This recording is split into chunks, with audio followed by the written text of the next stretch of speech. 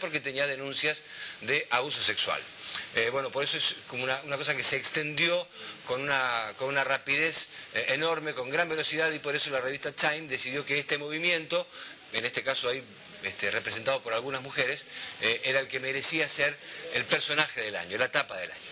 Bueno, hablamos de educación ahora y estamos con la persona más indicada en la provincia, que es la ministra Claudia Balaguer. ¿Qué tal? Buenos días. ¿Qué tal? Muy buenos días. Bueno, muchas gracias por la visita. Y bueno, en realidad todos estamos esperando esta época del año, teóricamente porque ya termina todo, pero en realidad no termina, está como empezando. ¿Cuándo terminan las clases para empezar?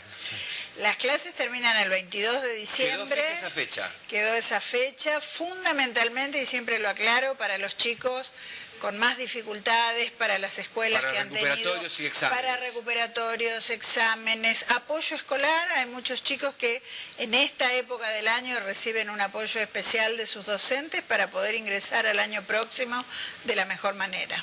Bien. La otra pregunta sería cuándo empiezan el año que viene, si está fija la fecha o no. Sí, ya está, porque nos reunimos ayer el Consejo Federal de Educación, todos los ministros del país, así que ya quedó el 5 de marzo. Queda. 5 de marzo ya establecido. 5 de marzo arrancamos, 9 de julio receso invernal para que las familias se vayan organizando. Está bien.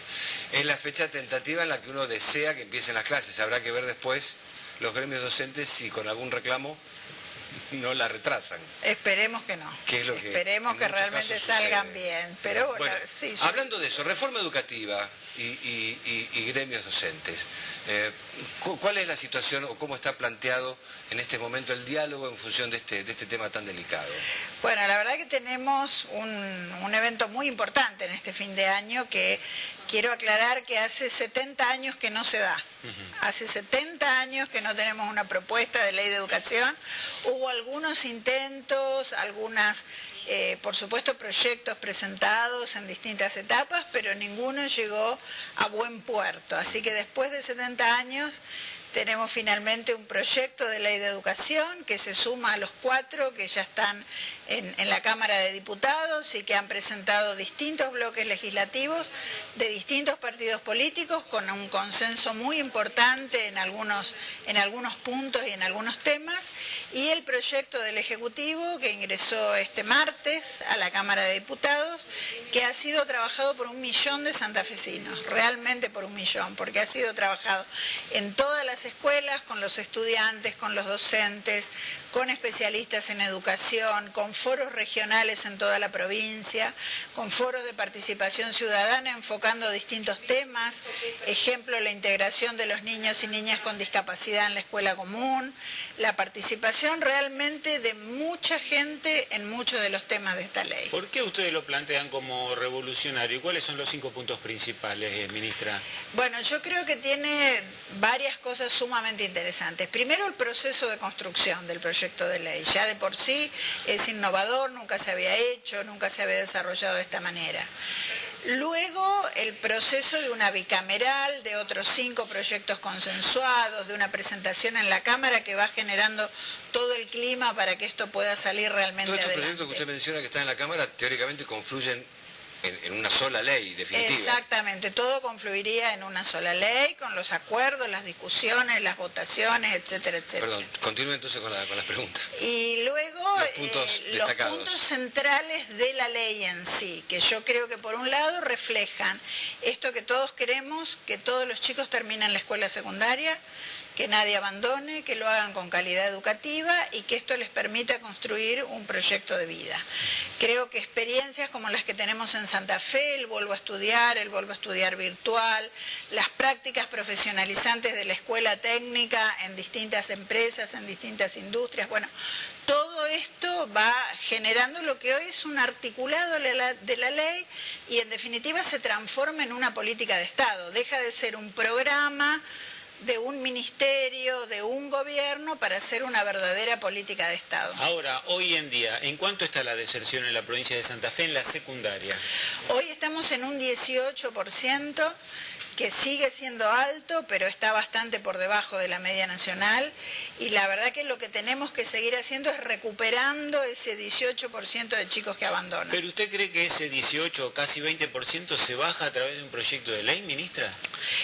Yo creo que no. Ajá. se baja a partir de que los programas que ya están en funcionamiento y el proceso que vienen haciendo las mismas escuelas, los mismos docentes, se transforma en una política de Estado, porque ¿qué pasa? Hay un programa de este ministerio. Cuando cambia este ministerio, ese programa tranquilamente puede caer y ser desfinanciado. Al estar esto en una ley, es una verdadera política a largo plazo. Y lo mismo pasa con la innovación educativa, que es el otro eje central. Lo que crea la ley es un laboratorio de políticas públicas educativas, donde toda la innovación, las mejores propuestas de los especialistas de Argentina, de Santa Fe, que hay excelentes, y del mundo forman parte de ese laboratorio para permanentemente incluir la innovación en la escuela. Más allá de lo que de algunos cambios de nombres en materias o de agregados de materias o de algunas modificaciones que yo las veo como no muy importantes. Mi papá, yo y mi hijo recibimos el mismo formato educativo. Exacto. Eso tiene que cambiar de alguna manera. Exactamente, por eso el laboratorio. Entonces, por eso el laboratorio. Pero digamos, ¿cuál es digamos, hay un nervio principal que vaya a ser el que vaya a modificar esa situación tan históricamente puesta en la educación? Hay muchas innovaciones que ya se hacen en distintos lugares y también se hacen en algunas escuelas de Santa Fe. Por ejemplo, trabajar de manera interdisciplinaria, tomar determinados fenómenos, determinados acontecimientos y decir, bueno, sobre este acontecimiento, ejemplo, el cambio climático, ahí pueden converger la historia, la geografía, la economía, las distintas disciplinas pueden aportar a un acontecimiento que puede además motivar a los chicos, porque estudiar en abstracto, todos sabemos que es como incorporar contenidos que terminan quedando en el olvido o en ninguna cosa que proyecte a los chicos. En cambio, tomar una problemática que motive, que interese a los chicos y desde esa problemática y a partir de allí van convergiendo todo el enorme conocimiento que hay acumulado en el mundo sobre eso, cambia la historia de la educación. ¿Y este plan y esta modificación tiene una relación directa con una necesidad de cambio de presupuestario? ¿O en el este presupuesto caso no. es el mismo, digamos, se mantiene, digamos, en un porcentaje estático? Hay un punto muy importante de la ley que hace a lo presupuestario, porque obviamente uno no puede pensar política sin presupuesto acompañando. Santa Fe está todos los años entre un 30 y un 35% de su presupuesto destinado a la educación, que la verdad que es altísimo, está por encima de cualquier otro ministerio y muy por encima. Como parte de ese presupuesto, el otro día leíamos en los diarios nosotros que del 30 al 50% de los escolares almuerzan en la escuela. ¿Es así? ¿Es esa cifra, ministra? Alrededor del 50% toma la copa de leche, no Sí, es el almuerzo. Un 30% tiene el almuerzo, muchas veces por situaciones de vulnerabilidad social, que es lo más importante, pero también otras veces porque tienen jornada completa, o porque tienen jornada ampliada, o porque tienen albergue y trabajan en la ruralidad, y eso incluye el almuerzo para todos los chicos, independientemente de su condición socioeconómica. Ahora, ese 30% ¿es parejo en el porcentaje entre escuelas públicas y privadas, de acuerdo a la porción que toma cada una, o es exclusivamente ese almuerzo en las públicas?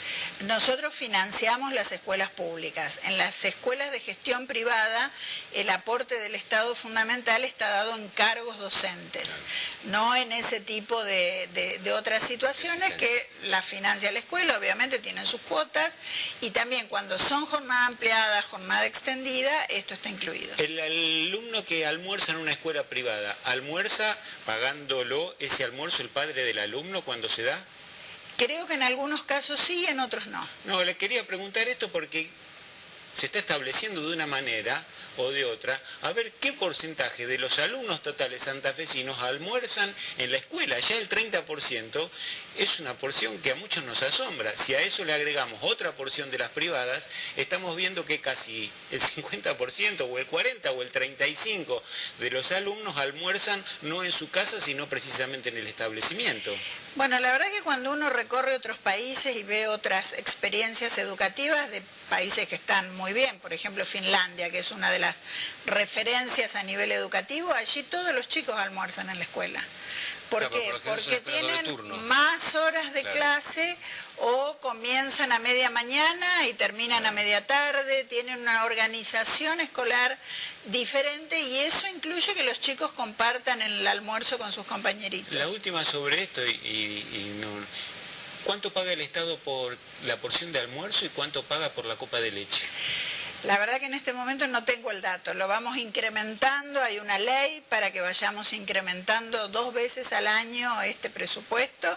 Es un presupuesto sumamente importante de la provincia de Santa Fe, hay un pequeño porcentaje que también es presupuesto nacional, que se involucra en copa de leche y almuerzo.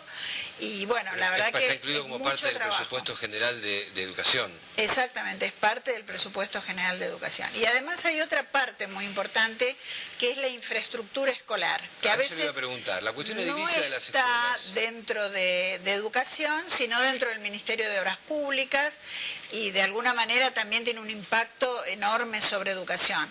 Reparación, mantenimiento, escuelas nuevas, ampliar con aulas, hacer edificios integralmente nuevos como estamos haciendo. La verdad que este gobierno, a partir de que venimos haciendo un aporte histórico en infraestructura, ha mejorado muchísimo. Y hoy uno de los planes fundamentales del gobernador, de Miguel Lifchit, es que los institutos de formación docente, que son otra pata importantísima de la educación, tengan sus propios edificios.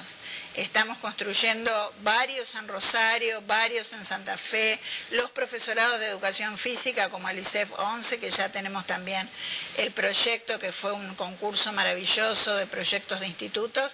Así que bueno, está el presupuesto de educación, pero también está el de obras públicas. Bien. Volviendo a la ley, que es por ahí el tema principal, ¿cuál es la fecha no solamente en la que ya puede estar impuesta como ley, sino también cuánto tarda en implementarse? Porque eso es como un gran elefante a la hora de empezar a moverse, supongo, ¿no? Porque también debe tener resistencia en distintos sectores gremiales, resistencia en algunos otros sectores de otro tipo. Nunca sale todo tan fácil. No, en educación nunca hay magia. Por eso. No es que de un día para otro se cambie integralmente el sistema. ¿Cuánto considera que va a estar la ley y cuánto considera que va a tardar en ponerse en movimiento esa ley?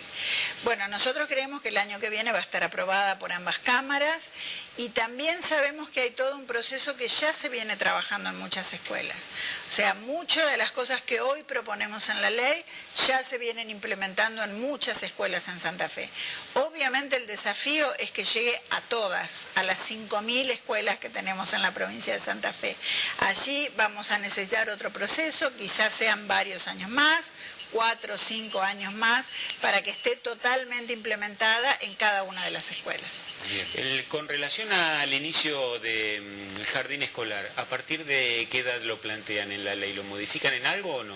No, lo que está presente en la ley nacional es obligatoria a partir de los 4 años y universal a partir de los 3. ¿Qué quiere decir universal a partir de los 3? Que hay una oferta del Estado para que los chicos, como de hecho hay, puedan ingresar a los 3 años, pero no se le obliga al papá a llevar a un niño tan pequeño obligatoriamente a la escuela. Estamos acostumbrados que muchas cosas resultan gratuitas. Gratuitas no porque no haya que pagarlas, sino porque determinadas agresiones, determinadas pintadas, determinados dichos que se dicen y que gratuitamente, sin pagar los costos por lo que se hace o por lo que se dice. Previo a las elecciones hubo una infinidad de amenazas de bombas en los colegios de Rosario. Algunos de ellos se detectaron, supieron quiénes habían sido. ¿Qué pasó con todas esas amenazas y con aquellas personas que descubrieron habían sido los que habían hecho tales amenazas? Bueno, por primera vez llegaron a la justicia. Creo que hubo un avance muy importante. Por un lado, porque vamos tomando conciencia de lo que significa una amenaza de bomba a partir de la problemática mundial, del terrorismo y de tantas cosas que están dando vuelta. Hay que hacer tomar conciencia a los chicos de que esto no es una broma, de que esto es un delito y es punible. Por primera vez logramos identificar los teléfonos de donde provenían las llamadas telefónicas. Logramos identificar a los responsables de esa línea telefónica, muchos fueron presos, en otros casos sanciones económicas que fueron comenzando también a aplicarse. Y por otro lado, lo que siempre hacemos en educación, que es prevenir. Que los fiscales se acercaran a las escuelas a dialogar con los chicos explicándoles todo esto, que los centros de estudiantes se involucraran positivamente para hablar con sus propios compañeros sobre el tema. Creo que han sido estrategias muy positivas. Hay que seguir profundizándolas. No nos puede pasar el año que viene que nuevamente tengamos 10, 20, 30 amenazas de bomba. Fue muy sectorizado temporalmente, digamos, previo a las elecciones, después prácticamente desapareció. Exactamente. Y además fueron siempre las mismas escuelas. Hay 5.000 escuelas en Santa Fe y hay 10 en Rosario, 10 en la ciudad de Santa Fe que siguen padeciendo esto. Bueno, ministra, infinidad de gracias por su tiempo y su visita. No, al contrario, gracias a ustedes, muy amables. Vamos al corte y vamos a aprovechar para comentar.